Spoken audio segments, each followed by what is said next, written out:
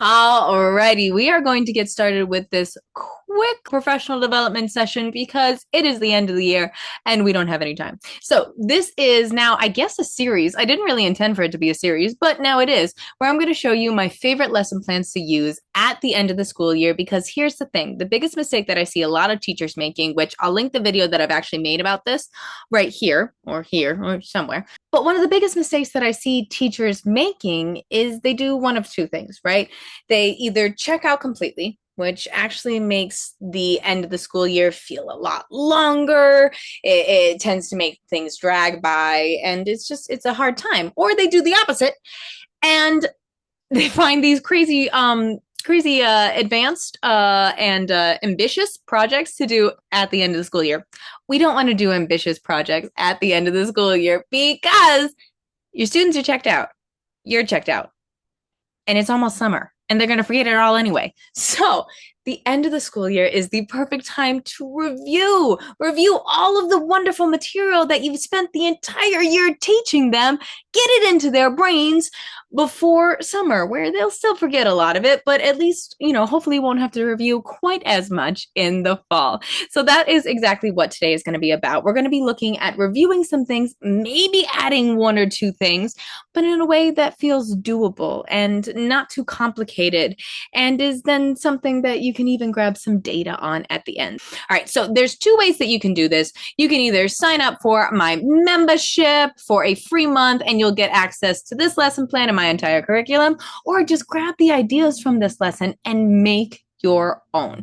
All right, so I'll tell you more about it as we go along, but first things first, we're going to look at the book that this is paired alongside of, which is Eric Carle's Pancakes. Just an absolutely wonderful story. And what I've done in this lesson is I've made it an entire playing full 45-minute lesson. And I've done this before for students who are working on Orff instruments. I know somebody who has done this using boomwhackers. I've used it with kalimba, and I even had a teacher who used it for recorders. So whatever pitched instrument you're working on can go perfectly with this lesson plan, or you're just going to chant or sing whatever the pitches are, right?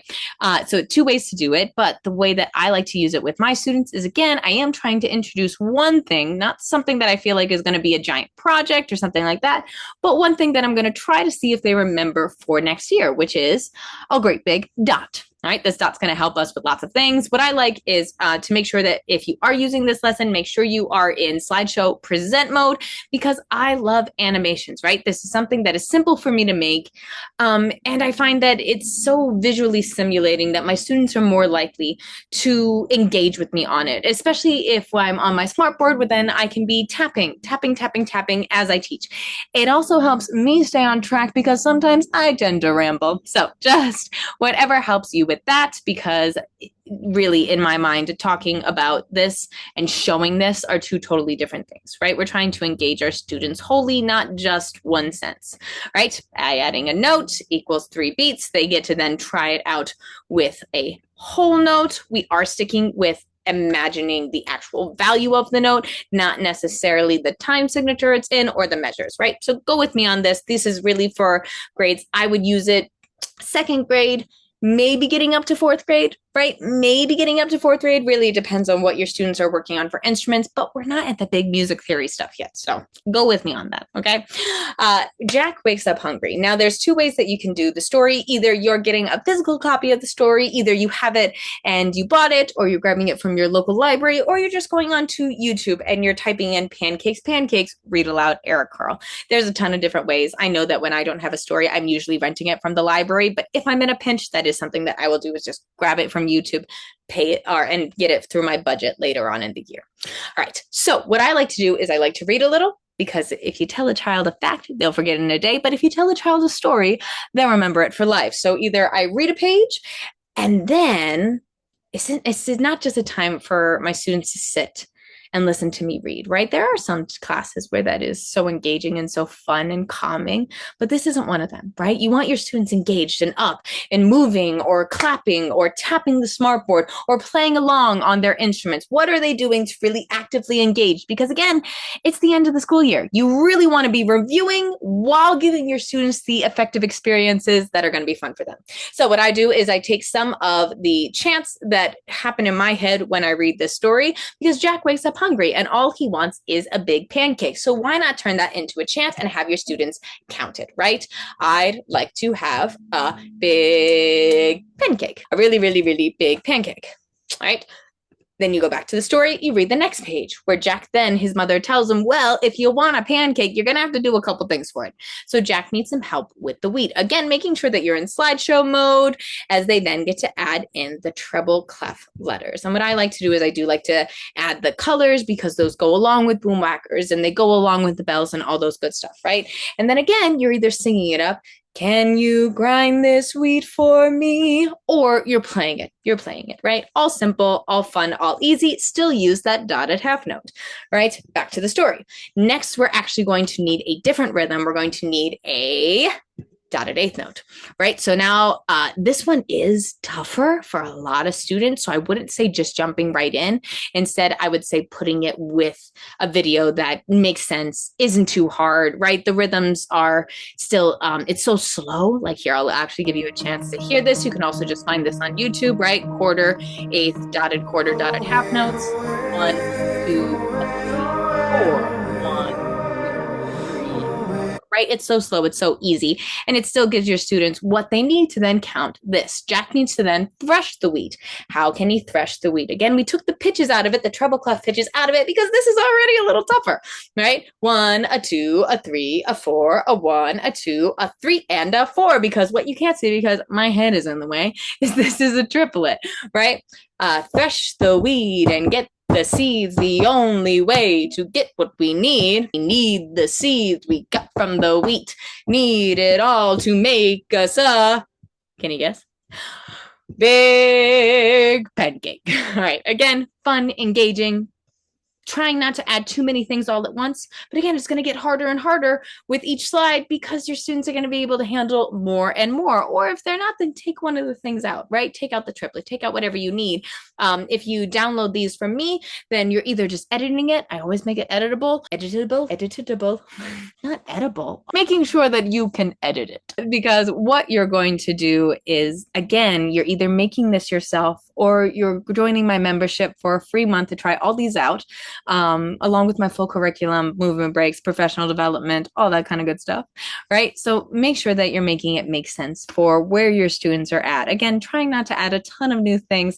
This should really just be something that is a fun experience where your students get to play the instrument that maybe you've been working on, and they get to play a lot, not just a little at the end of class, but for an entire class where you're still getting to review all the things, right? They're reviewing treble clef letters, they're reviewing counting, they're reviewing, if you've already talked about dotted rhythms, well, then they're getting to review that, right? They're getting to review triplets, all that good stuff, but in a way that they get to play. And even at the end, again, adding in those treble clef letters, adding in the counts, taking the chant, making it a little harder with depending on where the triplets are, making it a little longer, still having the big pancake. And then at the end, you can actually divide your class into 2, right? So that you can have the class doing the melody on the top and adding a harmony with chords on the bottom. Now, again, this depends on how much you've talked to your students about what chord progressions are and things like that, but it's nothing crazy, right? Nothing crazy. And on instruments like the kalimba and Orff instruments, totally doable. Would it be a lot harder with instrument like the recorder? Yes, maybe you can divide the class in 3 and say, okay, well, this group is going to take the bottom notes, all right, second group, and so on and so forth, right? It's totally doable. Or you're trying to sing it. Good luck with that. That sounds like a hard time for me, but that's maybe something that, again, because I have made it able to be edited, you can change it up for yourself. All right. What I love at the end, it is a sight reading challenge, because what I have done is I have taken out the letter names. I've kept in more basic rhythms because it is going to be a little harder, right? And each line is going to appear quickly. So you give your students to the count of 3, 1, 2, ready, go. They play add a cup of flour. 1, 2, ready, go. Then mix in the eggs. If you couldn't tell, we are actually making a pancake. 1, 2, ready, go. Pour some milk in. 1, 2, ready, go. Then you'll have to wait, heat up the pan, the buttermilk so fast, pour in the batter. Time to flip at last. And then why not have a descending scale, right? Pancake, pancake, lots of work to eat. Pancake, pancake, my favorite treat. So easy, so fun. Again, your students are either singing it or they're doing the sight reading challenge and they are playing it. Or maybe they're doing a sight singing challenge. Who knows? Whatever you are doing, make sure that it is an effective experience for your musicians. All right. That's about it. At the end, I have taken it so that your students can do a little bit of composing on their own. So if you do have time at the end, maybe you want to gather a little data. What your students can then do is drag up the note that they want to use, add in the colors. If they need that, they might not, right? It depends on where your students are, right? But what I've done is included with this lesson is a digital worksheet that if your students have tablets or have Chromebooks, they can do it there. Or because I know my students don't, here is a printable worksheet where they can just be writing it in and coloring it because we don't need to do anything crazy, especially at the end of the year where we're just trying to get our students doing a little bit of composing on their own.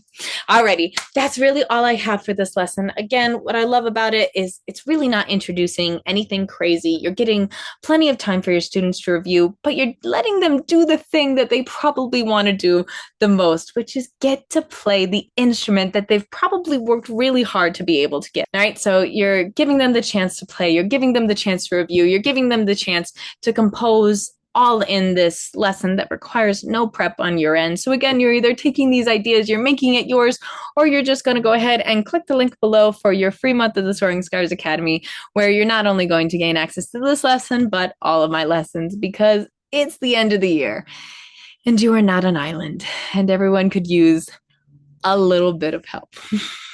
I know I could. All right. With that, we're going to hope that you have an absolutely wonderful rest of your school year. Happy playing, and we'll see you next time.